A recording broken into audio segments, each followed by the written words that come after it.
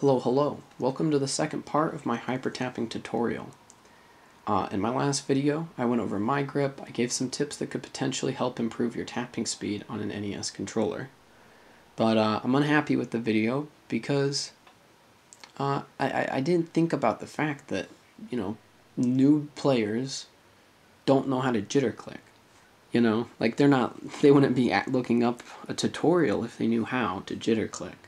And I should have explained it a lot better, so that's what this video is for. I watched some videos on how some people would explain jitter clicking on a mouse, and I like the way they explain it. Basically, your arm has muscles in it that can naturally jitter in a way, right? So you make a fist, and you squeeze really hard, and your arm's going to shake. It's going to vibrate. Essentially, this concept is applied to hypertapping as well. You essentially tense your arm to the point that there's a vibration, and you apply pressure to your directional pad. So I take my controller, I hold it tight, I put some force on my pointer finger so that it's more stable. That's how I do it, at least. And you put a little force on it, and then you just use that muscle. You just tense. Right? But it's with practice. Like it's not like you can just it's not that easy. I make it sound easy, like, oh, you just put some pressure and you just tense your arm and then you just tap. But it's a practice thing. And on an NES controller, I think that one aspect of it that is really hard to explain is that due to the way they're made, there's a large difference in how tense the directional pad is on each controller.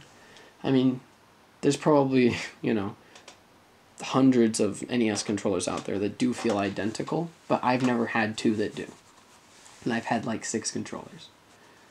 So, essentially, you're going to have to apply different amounts of pressure on your different controllers.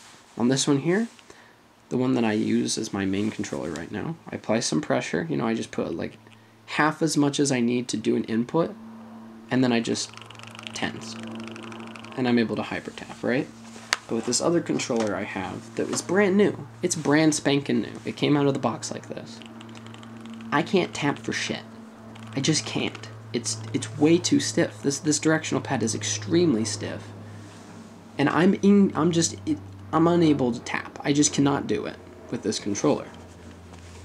So basically, at the end of the day, it comes down to strengthening the muscle in your arm, so that hypertapping is easier and so that it's faster, and also learning how much pressure you apply to your controller when you tap, because it's very much so a feeling thing. It's not something that you can learn without being willing to fail and to keep trying, and that's basically it. So see ya.